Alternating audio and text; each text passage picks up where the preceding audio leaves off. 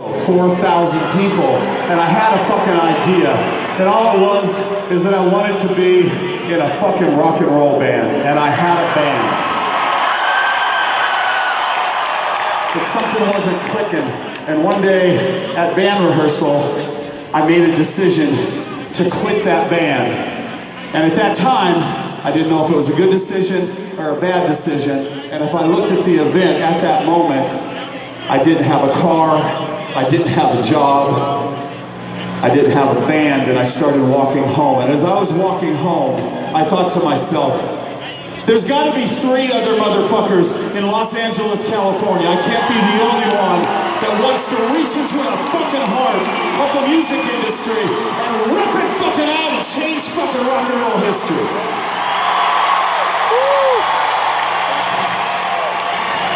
But it seemed like a far fucking cry that was going to happen in 1980, 81, because it was all about new wave music at the time.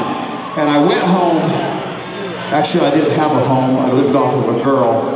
That's what musicians do when they're starting out. And on a Thursday night, I made a decision to go to Hollywood, California for no fucking apparent reason. And I walked into the Starwood Club, and I could see him there in my vision, right there. He was sitting on his drums. He was 17 years old, and he was smashing the shit out of those drums. You know what that is? That was and is Tommy Lee.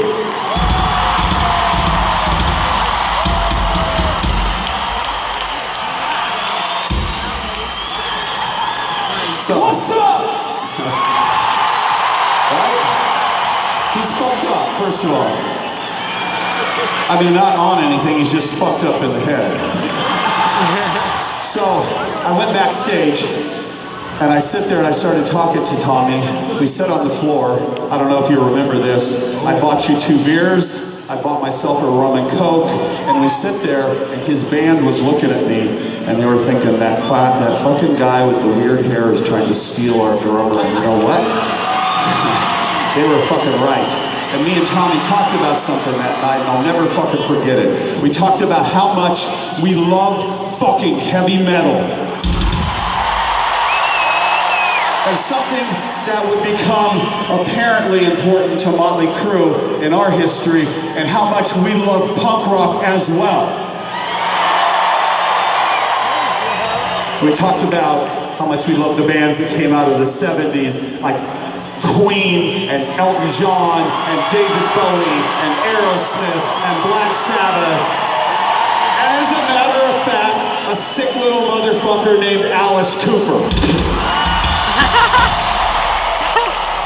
So me and Tommy set up shop, bass and drums, and we were playing these songs like Live Wire and Too Fast for Love and Merry Go Round and Take Me to the Top.